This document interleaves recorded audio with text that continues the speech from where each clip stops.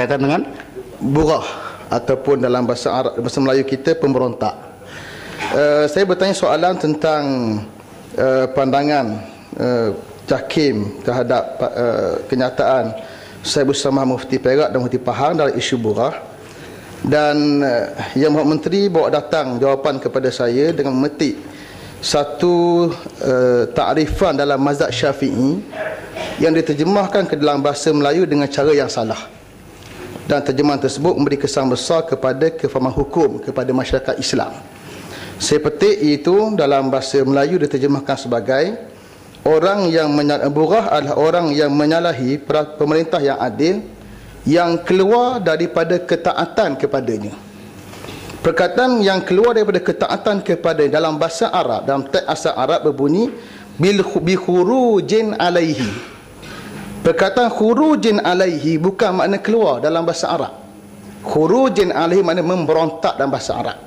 Artinya takrifan pemberontak ialah orang yang menyalahi pemerintah yang adil yang memberontak kepada pemerintah. Kesan daripada kenyataan ini ialah mana-mana orang yang keluar membantah pandangan pemerintah dengan cara bercakap, dengan lisan, dengan bertulis, mungkin ditakdirkan sebagai penderhaka berdasarkan terjemahan teks ini, tetapi tidak berdasarkan apa yang sebenarnya tulis dalam kitab-kitab fiqh Syafi'i. Jadi saya meminta supaya Yang Berhormat Menteri menarik balik terjemahan ini dan diberikan terjemahan yang tepat agar ia tidak mengelirukan dewan kita dan juga masyarakat Islam. Terima kasih. Yang Berhormat, oleh kerana perkara ini adalah perkara baru, saya tidak dapat buat keputusan secara spontan. Saya perlu untuk minta makluman daripada pihak-pihak yang berwajib. Jadi pahamlah Yang Berhormat, bermana keputusan tidak dapat saya buat pada ketika ini, insyaAllah akan saya buat pada persidangan kita yang akan datang nanti. Itu satu keputusan yang sangat bijaksana. Apa keputusan? Peraturan masyarakat saya nak balik kepada Kuala Nerus tadi. Okey. Oleh kerana Tan Sri Speaker telah mengatakan bahawa perlu mengambil penjelasan dan akan membuat keputusan pada sidang akan datang agak lewat. Oleh sebab itu, walaupun tidak boleh ditarik balik tetapi digantung penjelasan tersebut. Itu sangat berbahaya kalau nanti kalau betul apa yang disebut oleh Kuala Nerus, bermakna bahawa dalam tempoh daripada sekarang ini hingga ke sidang akan datang, orang akan memakai istilah itu satu yang boleh menyebabkan berlaku keadaan yang tidak baik. Sebab itu bagi saya bahawa adalah wajar untuk Parlimen hari ini menggantung penjelasan menteri tersebut, menggantung jawapan penjelasan menteri tersebut.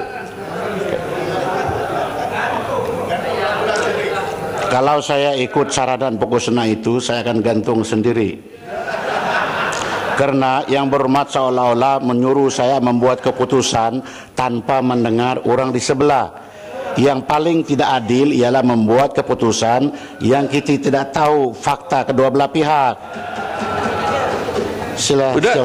Saya bukan suruh Tan Sri membuat keputusan menarik balik pada jawapan menteri, tetapi oleh kerana penjelasan daripada Kuala Nerus itu merujuk kepada kitab yang sangat jelas. Bagi saya bahawa kalau nak tunggu satu masa yang panjang, adalah wajar jawapan itu digantung, sebab jawapan itu telah pun dibukukan. Jika diambil pemberitaannya oleh media, maka sudah tentu dia berikan kekeliruan kepada masyarakat. Yang Berhormat pokok sena.